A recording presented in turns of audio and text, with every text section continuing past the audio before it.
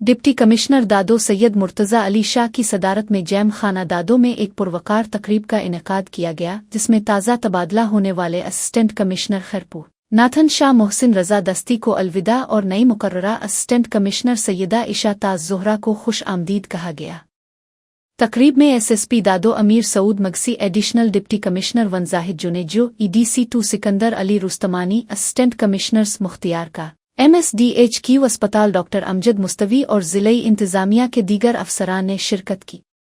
Deputy commissioner दादो ने assistant commissioner Mohsin Raza दस्ती की खिदमात को सराहते हुए कहा कि उन्होंने अपनी जिम्मेदारियों को मेहनत, ईमानदारी और अवाम दोस्ती के जज्बे के साथ अंजाम दिया।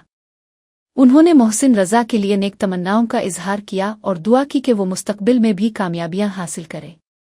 इस मौके पर असिस्टेंट कमिश्नर मोहसिन रज़ा दस्ती ने कहा कि डिप्टी कमिश्नर दादो की क़ियादत में काम करना एजाज़ की बात रही, जिसके दौरान उन्हें रहनुमाई और हर चैलेंज में सपोर्ट हासिल रही।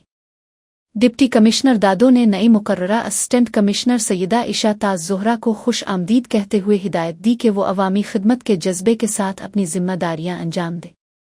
उन्होंने कहा कि अफसर की हकीकी इज्जत इसके काम में और अवामी मसाइल के हल में अवाम के दरमियान रहने से हासिल होती है।